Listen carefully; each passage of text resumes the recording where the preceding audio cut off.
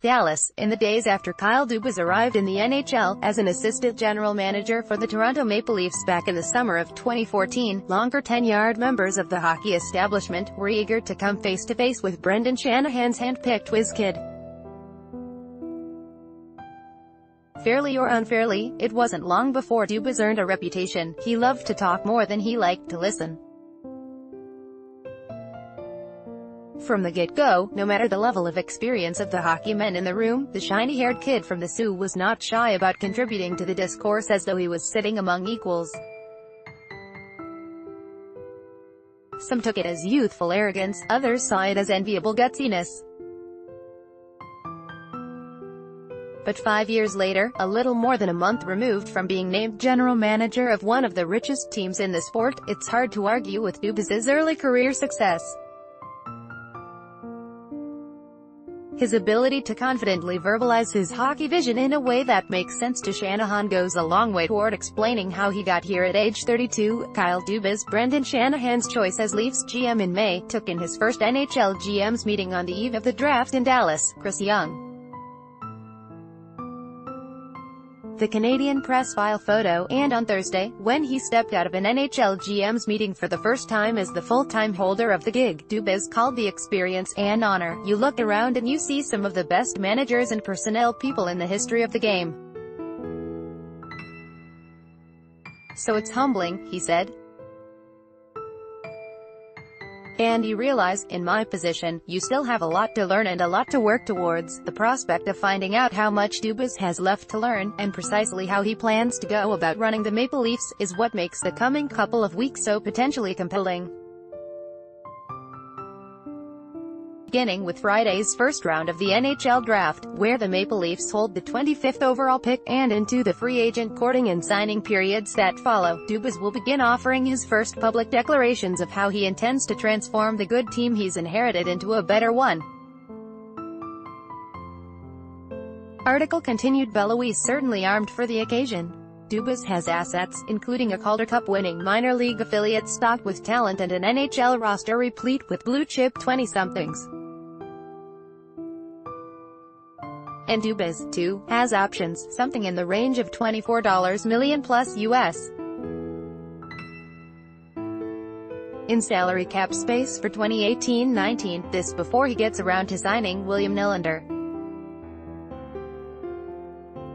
It's a one-off balloon number in the season before the second contracts of Austin Matthews and Mitch Marner will presumably kick in, and it screams of opportunity. We have lots of cap space this summer. That's always nice, Dubas said.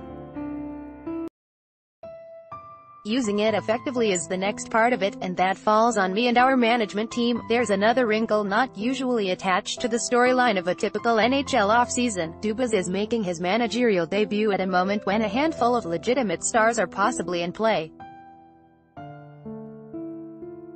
While hockey's offseason has traditionally been a snorefest compared to the attention-grabbing drama of star-swapping intrigue offered up by the NBA, there's at least some hope that the coming weeks could be marginally different.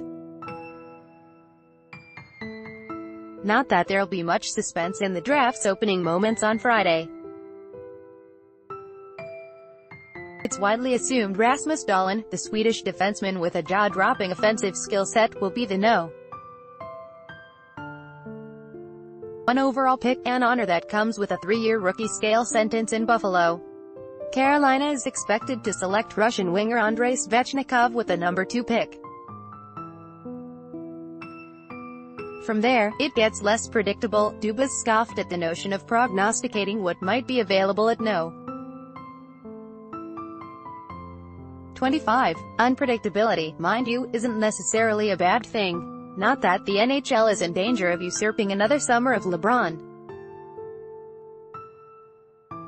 But John Tavares, currently mulling his options after 9 seasons with the New York Islanders, has the chance to be the big fish free agent of the salary cap era, although Thursday's signing of head coach Barry Trotz, fresh off delivering a Stanley Cup to Washington, has only likely increased the odds that Tavares will re-sign with the only team he's ever played for, as is the NHL way.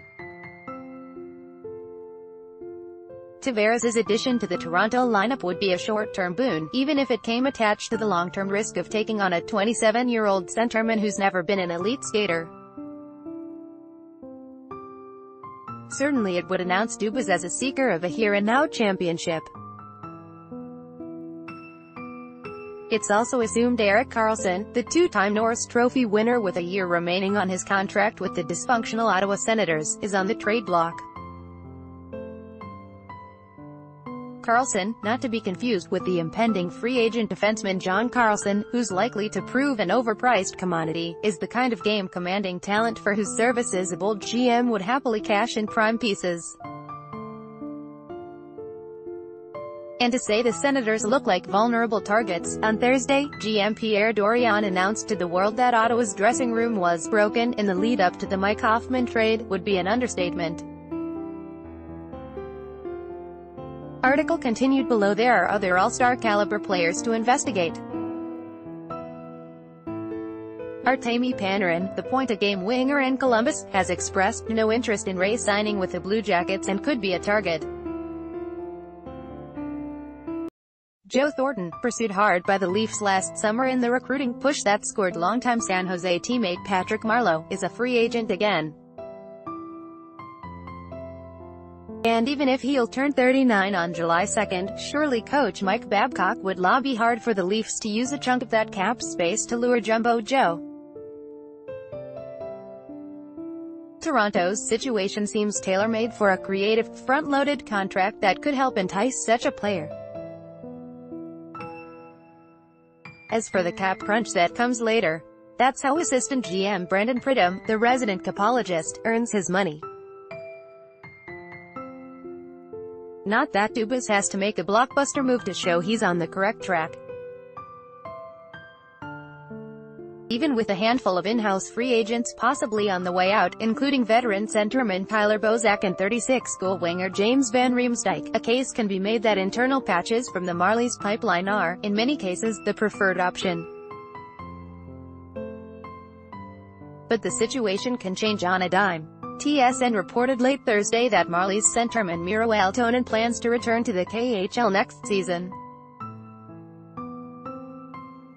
Considering Aaltonen was a favorite to be the Leafs' fourth-line center, it's a development that will add another item to a rookie GM's shopping list. Aaltonen returning to the KHL will increase our focus on free agency on July 1st, Dubas said.